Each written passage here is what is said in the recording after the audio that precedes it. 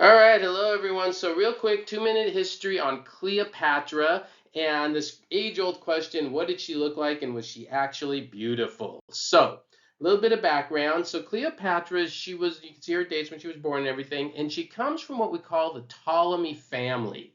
Now, the Ptolemy family was actually a Greek family. This goes back to the time of Alexander the Great from Macedonia. When Alexander died, his whole empire collapsed, and this Ptolemy family took control of Egypt.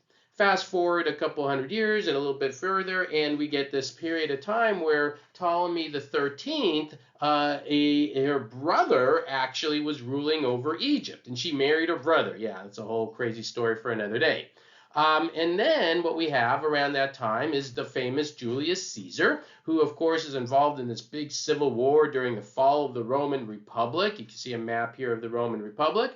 And during this fall of the Roman Republic, Cleopatra seduces Caesar.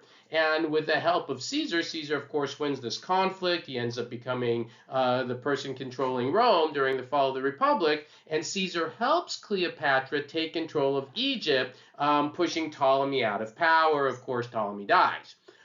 Then, shortly about a generation after that, we get another civil war in Rome, this time between a man named Mark Antony and Octavian, and this time she seduces Mark Antony. And this time it doesn't work out so well for her because Octavian is going to defeat them. There'll be this battle called the Battle of Actium, and after this Battle of Actium, Mark Antony and Cleopatra are going to end up Mark Antony and Cleopatra are both going to end up committing suicide, and Octavian becomes Augustus, and he takes control of Rome.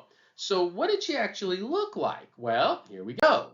This is a coin of Cleopatra, and when we see these coins of Cleopatra, they don't exactly make her look like the most beautiful woman that Hollywood oftentimes portrays. And we have Roman sources that portray her very kind of negatively, but of course, this has a lot to do with the fact that she was fighting against Octavian, who later becomes Augustus.